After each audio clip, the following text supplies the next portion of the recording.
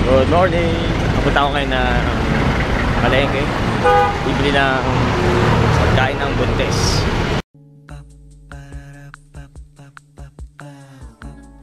This is my family. Last year pa yung huli kong palengke.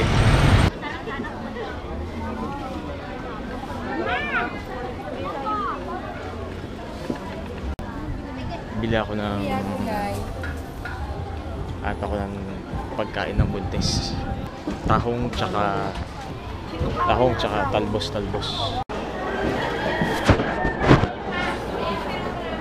Ilan? 5, isa lang po. Tsaka may kangkong. Ito. Sige, isa. Isang kangkong, 8. Okay. Ano pa? Yung talbos ng kamote. Ngayon din. Tayo. Ito na. Nakahawak lang. Ito yung ito to. Ayan. Ito isa kalahati o 10 na lang lahat ito. Ayan. Imbis na 15, 10 na lang ha. 10. Sige. Para makikita pa yung konting yun. Papakain ko sa buntis. Ay, tama. 5. 15.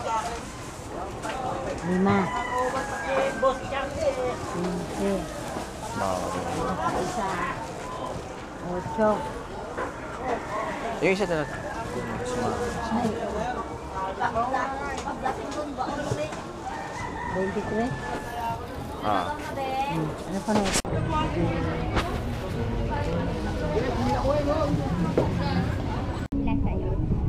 Bente, ito na lang.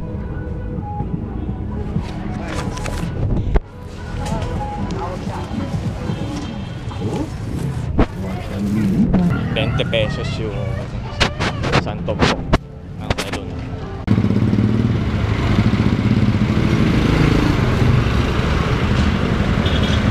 Good morning! Nakapag-film ako ngayon. Ewan ko, bigla ako nagkaroon ng surge of energy. Kaya, yun. Finally, nakapagsimula na. Anyway, Diyos ko po, tingnan nyo naman yung tutupiin ko.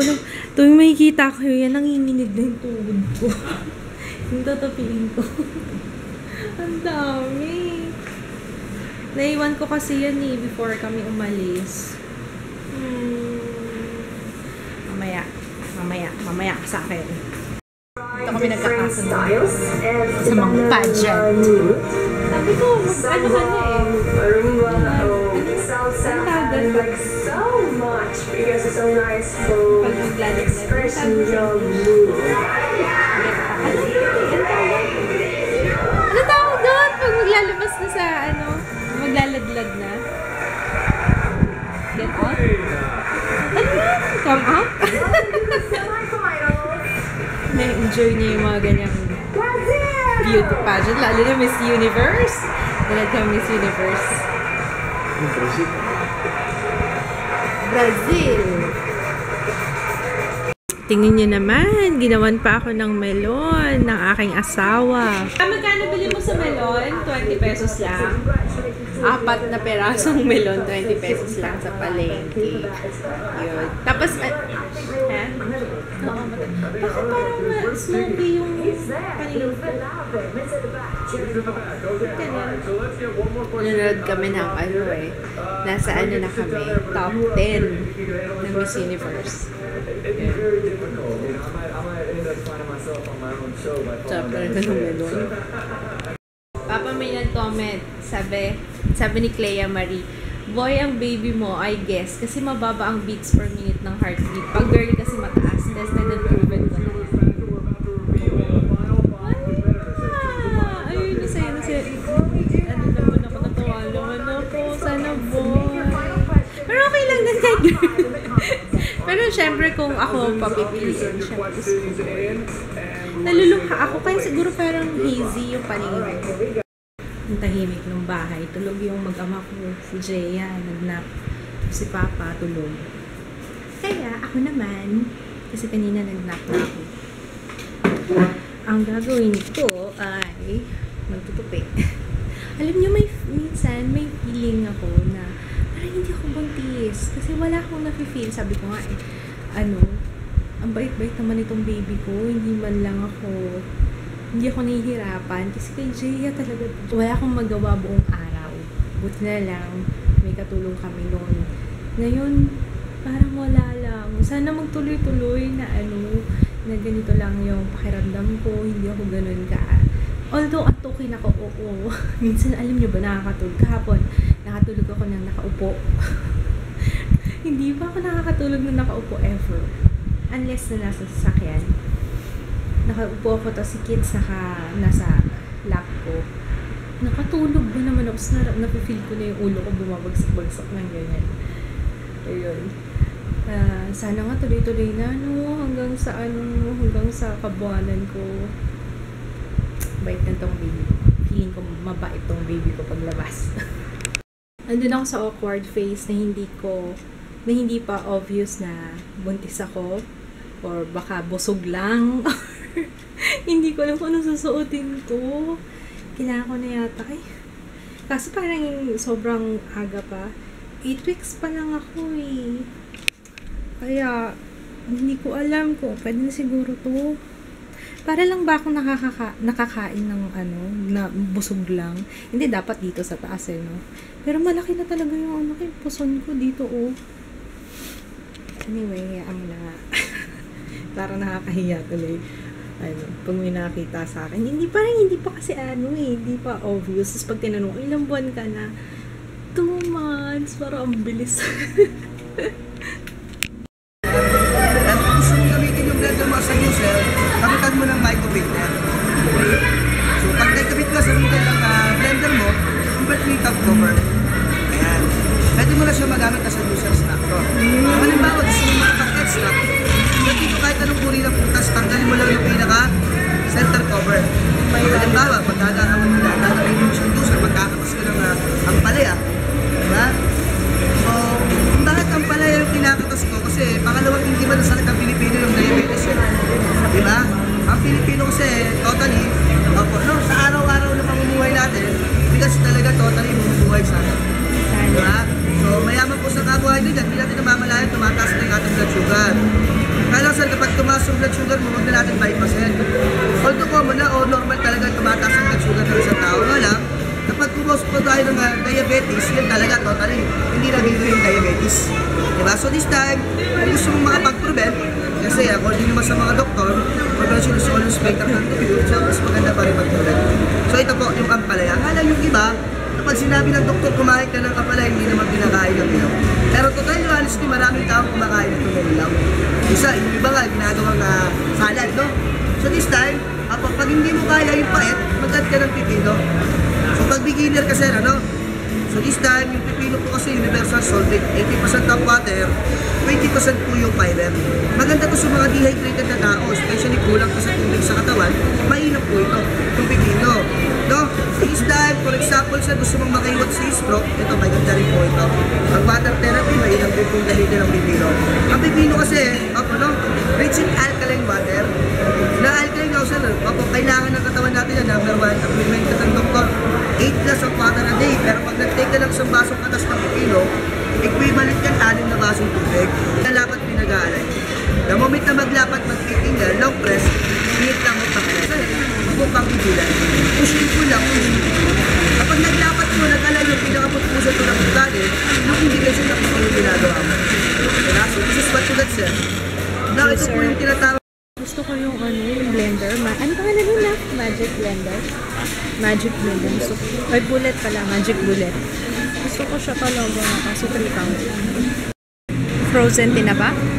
Gusto mo? Sige, kunin mo. Magkano kaya? Kunin mo na. Fish pops. Kasi nuggets. Parang masarap to, love. Kaya ito, shrimp popcorn. Sarap yan Cheese dog. Wala pa maliit yan? Kasi hindi ka pa ito natitikman. Masarap kaya ito. Studio. Ito na lang muna maliit. Parang size yan kaya. Sa bagay, studio masarap naman Walang maliit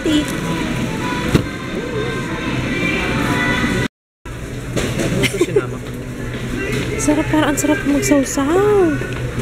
Sinama. Bili tayo. Hindi ko alam eh. Sinamak, spiced vinegar.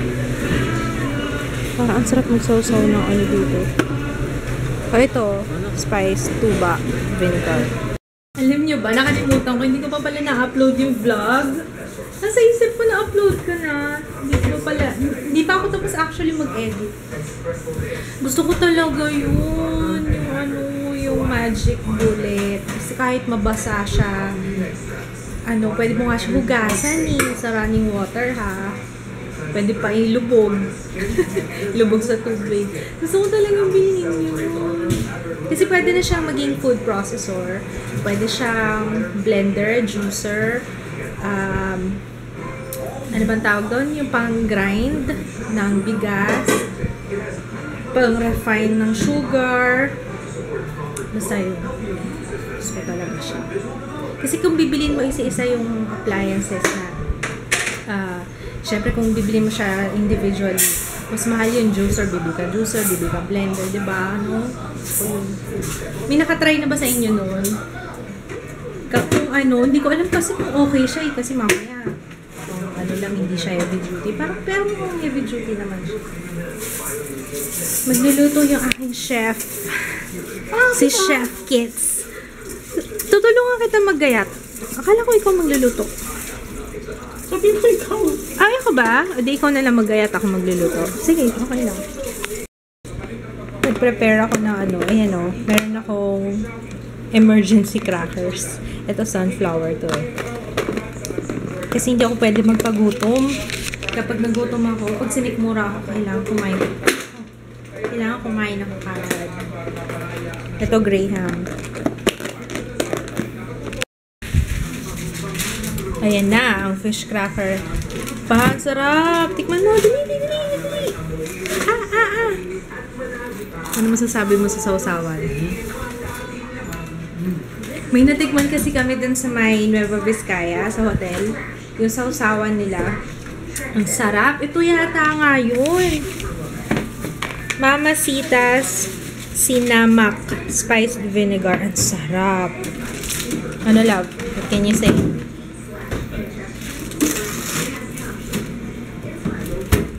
Hi, love. Gising ka na. Ang tagal ng tulog mo. Ka na. No. Yun na.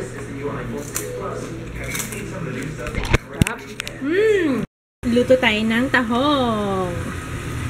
May malunggay. Ito, bawang, sibuyas, luya, siling berde. Tapos tahong siya kayang malunggay. Yun lang. Gigisa ko lang muna yung bawang, sibuyas, luya.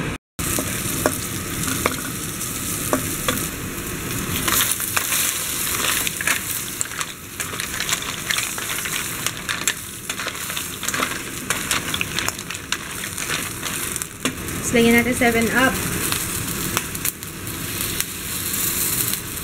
Paubusin ko na to.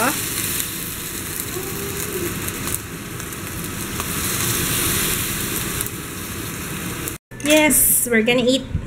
Ito na yung niluto kong tahong. Nakakainin ni Jaya. Kasi masarap. Pati malunggay. Kasi it's healthy. You see, Papa, kung bibili natin yung magic bullet, gagawan ko na lang ng green smoothie si Jaya. No, Jaya, no? Pag yun, ano na lang natin, iinumin mo na lang yung veggies, no? Tapos manonood kami ng Modern Family! Let's pray! Lalagyan natin ng action. Ano na start ito? A place with trees and hills to climb when nature calls to him, and in the heat of summertime, a pool in which to swim. Kulang ng H. Pero anyway, gawa natin na action to. A place with trees and hills to climb when nature calls to him, and in the heat of summertime, a pool in which to swim. A place with pantries full of cakes or cookies crisp and brown, where there can be no stomach aches for castor oil to drown. A place streams teeming with fish of every size and sort, where where he may gratify his wish for restful outdoor sport. A place, necks, hands, and ears, though smeared with dirt and grime, may go unwashed throughout the year of never-ending time. Very good. Titingnan mo yung hand mo. Yung may go. Titingnan mo yung hand mo. May go unwashed throughout the year of never-ending time. Dahan-dahan lang yung ganun. Never-ending time. Okay? Memorize mo na lang muna. Tapos saka mo ulit-ulitin yung actions. Okay. Pipiliin ko na yung winner ng L'Oreal Matte Magic. Wala pa, naglo-load pa lang ng comments eh. Ayan, okay. Randomly pick winner. And the winner is Shaira S. Dahil Ate Ann, malapit na ang birthday ko. Swerte! Swerte ni Shaira S. So, si Shaira S yung winner sa vlog naman. May nagtatanong pala sa akin kung ano yung gamot na pampakapit na ininom ko. Duvadilan, Papa, no? Duvadilan. Hindi ko alam kung yung pa rin yung pinaprescribe ng doctor ngayon. Pero, yun. We're gonna say goodnight. See you tomorrow. Bye! Bye! Discover akong bagong pwesto. Aray ko, Diyos ko. Iipit ko siya sa ano, sa legs ko. Oh. Enjoy na enjoy siya. Gusto niya na kasi